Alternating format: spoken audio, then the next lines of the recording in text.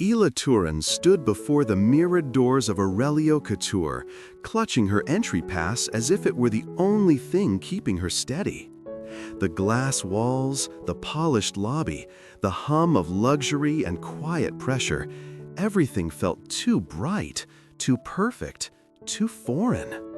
She drew a slow breath, trying to calm the nervous flutter in her chest. Today was the beginning of a world she wasn't sure she belonged to. Chaos erupted near the runway. The model's gown had torn seconds before her entrance. Shouts, panic, frantic voices asking, "Who ruined this? What do we do?" Ela didn't think. She simply moved. Kneeling beside the shimmering fabric, she grabbed a needle and thread and stitched with quick, precise motions. The gown came back together under her hands, smooth and flawless, as if the disaster had never happened. The model exhaled in relief. The assistant stared in disbelief. Raphael sat rigidly at the long, dark wood table, his jaw set, his expression carved from stone. Across from him, his father spoke with the same cold authority that had shaped Raphael's entire life. "Raphael, you will announce the engagement," his father said firmly. Raphael's hands tightened into fists beneath the table. "No. Yes. I'm not marrying for a business deal." His father leaned forward, voice low and unyielding. "You don't decide. We've been negotiating with the Seven family for a year. This merger will save our house." Raphael's stare didn't waver. "I've already told you. This is not up for discussion." The older man stood, ending the conversation as if delivering a verdict. "The engagement will be announced in 2 weeks." And then he left. The silence that followed was heavy, suffocating, a prison made of expectations, legacy, and duty. Raphael remained motionless, staring at the polished surface of the table, at the reflection of a life he had never chosen. For the first time in years, he felt something crack inside. A refusal, a quiet rebellion. He stepped out of his father's office, still burning from the conversation, and nearly collided with her. The box in her hands tilted, but his reflexes were faster. His hand shot out, steadying it and her. "Careful," he said, softer than he meant to. She lifted her eyes to his, and for a moment, the hallway, the people, the noise, everything vanished. That strange pull between them sparked again, sharper this time, almost electric. She tried to step back, but he kept his hand on the box for a fraction longer than necessary, just to hold her gaze. It lasted a second, but it felt like a minute. She looked away first. He didn't. The room felt too small the moment he stepped closer. Raphael moved slowly, as if measuring every breath between them. Shadows from the tall lamps fell across his sharp features, making him look even more impossibly composed and impossibly close. Ela held her sketchbook tighter, trying not to let her hands tremble. He stopped right in front of her, close enough for her to catch the faint scent of cedar on his clothes. "Don't hide from me," he said quietly. Ela swallowed. "I'm not hiding." "You are," he murmured, eyes fixed on hers. "Every time I look at you, you step back." She didn't step back now. Raphael reached out, not touching, but almost. His fingers hovered near her wrist, as if he were giving her a choice. "Why did you come here?" he asked. "I got lost." A faint smile touched the corner of his lips, barely there, but real. "No," he said softly, "you were looking for something." Ela felt her heartbeat quicken. He leaned just a little closer. "And I think," Raphael whispered, "you found it." Raphael's gaze didn't move from the sketchbook in his hands. He studied every line, every curve on the page, as if it were a secret only he could decode. Ela stood beside him, arms crossed, breath held, heart trembling far louder than the silence between them. He finally spoke, quietly, dangerously softly. "You drew this?" Ela nodded, unable to meet his eyes. Raphael lifted his head, and for the first time there was no coldness in his expression, only astonishment, and something else, something that made her pulse jump. "It's brilliant," he said. "You're more talented than half the designers I've hired." Her lips parted, but no words came out. He stepped just a little closer, lowering the notebook. "Ela, don't hide this." She felt the warmth rise in her cheeks. She wasn't running this time, and he wasn't letting her go. Ella stepped into the ballroom, the golden glow of the chandeliers scattering across her skin like falling stars. The silk of the gown, the one she was never meant to wear, slid along her back like a whisper. A delicate lace mask framed her eyes, hiding her identity, but not the tremor in her breath. For a moment, she stood at the entrance, neither guest nor stranger, just a girl who had accidentally stepped into a dream. The room shifted, voices softened, even the music seemed to pause. And although she did not know it yet, he had already seen her, already started walking toward the girl who wasn't supposed to be there, the girl who would change everything. As soon as Ela stepped onto the glowing ballroom floor, the world shifted. The golden dress moved around her like liquid light, the mask hiding her face, but not her trembling. Across the room, Raphael noticed her. At first, she was just a mysterious figure in gold. But something in the way she moved, the way the light clung to her, pulled him in.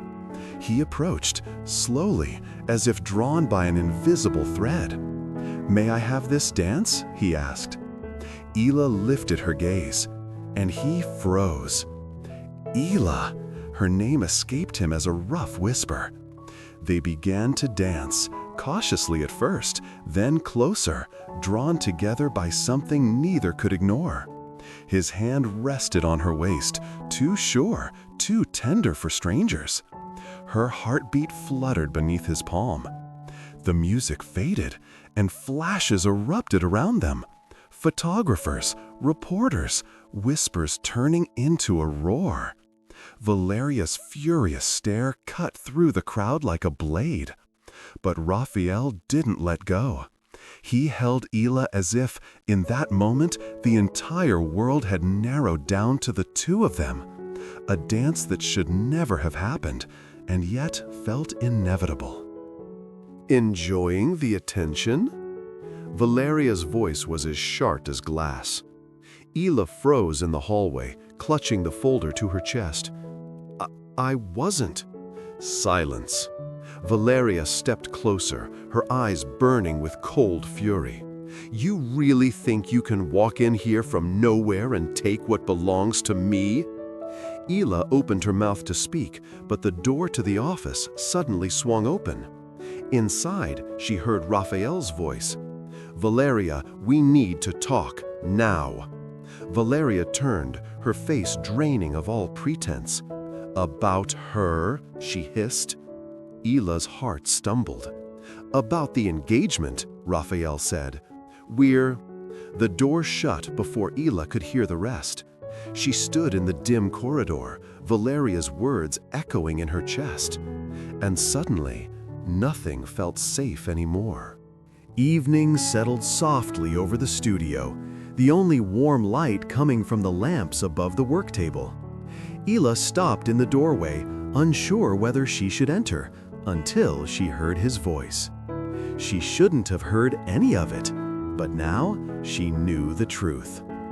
Raphael sat on the edge of the table, sleeves rolled up, the burn on his arm exposed, raw, painful, human.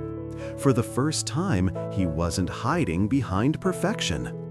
He looked at her slowly, his voice quieter than she had ever heard. "You should know, Ela." She stepped closer, barely breathing. Sketches covered the wall behind them, fabric lay scattered around, but the world had narrowed to just the two of them. He told her about the fire, about losing his mother, about the lies his father built their empire upon, about the fear he carried, fear of closeness, of touch, of losing again. Ela listened without interrupting. No judgment, no pity, just presence. The distance between them dissolved, a dangerous, fragile intimacy. When he finally lifted his eyes to hers, something unguarded flickered in his gaze. "I don't know what's happening between us, but I can't stop it." Her breath caught. His honesty was a lightning strike, painful, vulnerable, real. For the first time, neither of them stepped away. As Ayla stepped out of the building with Arsal walking beside her, helping carry the rolls of fabric, she felt surprisingly light. Their conversation had been easy, harmless, a brief moment of normalcy. But then a black car pulled up to the entrance. The door opened. Raphael. He froze the moment he saw her, and then his gaze cut straight to the man beside her. Arsal adjusted the fabrics in his arms, unaware of the storm forming just a few steps away. Ayla's breath caught as she felt Raphael's stare, sharp, possessive, unmistakably jealous. He walked toward them with a controlled stride, every line of his body tense. "I'm taking you home," he said, voice low and unyielding. Already," she began. Raphael didn't look at Arsal, not once. "Ayla," he said again, softer but edged with something dangerous. "Get in the car." The wind between them thickened, almost alive, and in that moment she realized he wasn't just jealous, he was losing control because of her. As Ayla stepped out of the building with Arsal walking beside her, helping carry the rolls of fabric, she felt surprisingly light. Their conversation had been easy, harmless, a brief moment of normalcy. But then a black car pulled up to the entrance. The door opened. Raphael. He froze the moment he saw her, and then his gaze cut straight to the man beside her. Arsal adjusted the fabrics in his arms, unaware of the storm forming just a few steps away. Ayla's breath caught as she felt Raphael's stare, sharp, possessive, unmistakably jealous. He walked toward them with a controlled stride, every line of his body tense. "I'm taking you home," he said, voice low and unyielding. Already," she began. Raphael didn't look at Arsal, not once. "Ayla," he said again, softer but edged with something dangerous. "Get in the car." The wind between them thickened, almost alive, and in that moment she realized he wasn't just jealous, he was losing control because of her. Raphael stood in her empty room, the silence pressing against his ribs. The bed was untouched, the closet hollow. The air itself felt abandoned. Only one thing remained, her small sketchbook. He picked it up carefully, as if it were something fragile, something alive. On the first page, a dress design. Her lines soft, bold, free. And underneath, her handwriting. "What is felt, not performed." Raphael sat on the edge of the bed. He didn't cry, he never did, but the ache inside him was worse than tears, as if someone had carved out a part of his chest and left nothing in its place.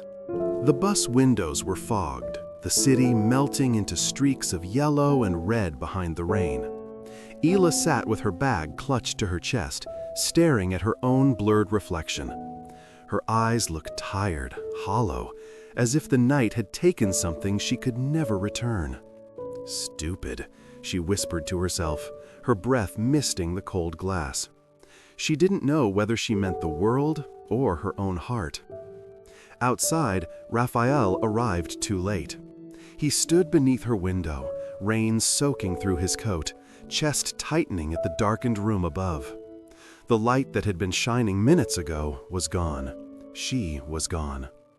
He didn't cry, he never did, but his face carried the quiet devastation of a man who finally understood that he had lost the only thing he wasn't ready to lose. Ela retornou à sua old workshop, o that smelled of thread, dust, and hope, where the walls were peeling but familiar, where there were no fake smiles and polished corredores. She sat at the sewing machine. Her hands trembled. She tried to make a stitch. The needle snapped. Symbolic. She closed her eyes, took a deep breath, but the tears found her anyway. He stood in the doorway, soaked from the rain. No umbrella, no excuses, no armor left. Raphael's chest rose unevenly, as if every breath hurt.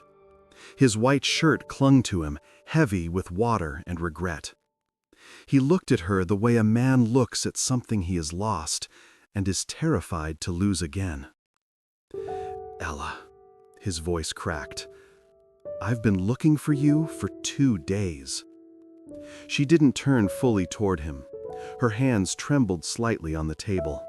Her eyes glistened, but her walls were higher than ever. You shouldn't have come, she whispered. I had to. I came to bring you back. She let out a bitter laugh, quiet, sharp. I'm not a button you can sew back on, Raphael, not something you lose and suddenly decide to find. He swallowed. For the first time, he dropped his gaze, like a man laying down his pride on the floor between them. Ella, I messed up, badly, stupidly, but I wasn't lying about one thing. I can't live without you. The rain kept falling.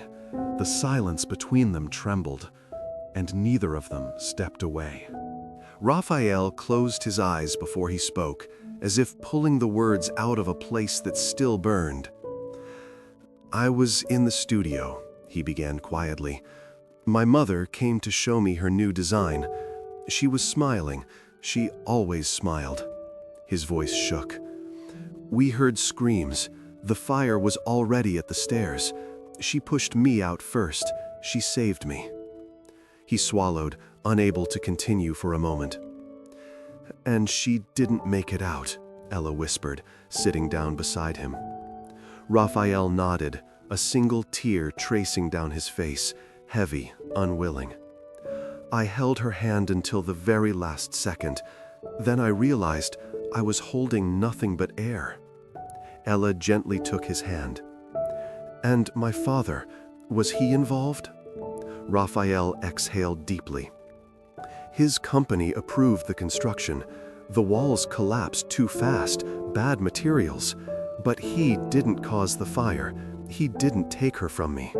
The only ones responsible are those who built it, and him for staying silent. Ella's shoulders softened. Her heart ached, but with relief. It wasn't my fault. Never, he said firmly. Their hands stayed together, warm, steady, healing. For the first time, there was no distance between them. Only a fragile bridge, but it was real. His voice was barely holding together. I was in the studio. My mother, she came to show me her new design. She was smiling. She always smiled. He paused, breath breaking. Then we heard the screams. The fire was already at the stairs. She pulled me out. Ayla slowly stepped closer and sat beside him. And she didn't make it out? She whispered. He nodded. I held her hand until the very last moment, and then I realized I was holding nothing but air. A single tear slid down his face, rare, heavy, devastating. Ayla reached out and took his hand. And my father, was he involved? Raphael looked at her. His company approved the construction. The walls were weak, they collapsed too fast. But he didn't cause the fire. He didn't take her from me. The one responsible is the man who saved money on those materials. And my father, for keeping it quiet. Ayla inhaled sharply. Her heart ached, but with relief. So none of it was my fault. Never, he said firmly. She tightened her fingers around his. He tightened back. They sat like that, in silence, without masks, without fear. For the first time, there was no distance between them. Only a bridge, fragile, but real. Raphael returned to the fashion house after 3 days, calmer, steadier, no longer living under his father's shadow. The entire team froze the moment he stepped inside. He walked through the room with quiet confidence, and beside him, almost a step behind, yet clearly under his protection, was Ayla. She looked different today, composed, focused, holding a folder with her own sketches pressed to her chest. Not a trainee, not an assistant, a designer. Whispers rippled across the room. Raphael stopped in front of his team and spoke clearly. There will be no engagement. This is my life. A stunned silence. Someone gasped. Then he added, without hesitation, and from today, Ayla Turin joins the design team. She is the designer of my new collection. The room held its breath. Ayla lowered her eyes for a moment, overwhelmed. But when she looked up again, she stood taller. This was her moment, her step into the light. Raphael glanced at her, a look filled with silent support and something more. Together, they stepped forward. The day of the show had finally arrived. Behind the curtains, Ella felt her heartbeat echo in her fingertips. The noise of the audience, the lights, the rustle of fabrics, it all blended into something overwhelming. Raphael came up behind her, placing a steady hand on her waist. Ready? No. Me neither, he whispered, which means we're perfect. His voice was warm, grounding. For the first time, he looked at her not as a designer who needed guidance, not as someone he tried to push away, but as his choice. The show moved forward like a living heartbeat. And then the final model stepped onto the runway wearing Ella's gown. The entire hall fell silent, and then rose in applause so loud it felt like a wave. Raphael walked on stage. He took the microphone, eyes searching only for her. In this collection, he said, there is one thread more important than any fabric or silhouette. It connects people, not designs, and it brought someone into my life I can no longer breathe without. He extended his hand toward the curtains. Ella stepped forward into the light. The applause grew brighter, sharper, like thousands of tiny stars flashing around them. Raphael reached for her hand, held it gently, firmly, as if he refused to ever let go again.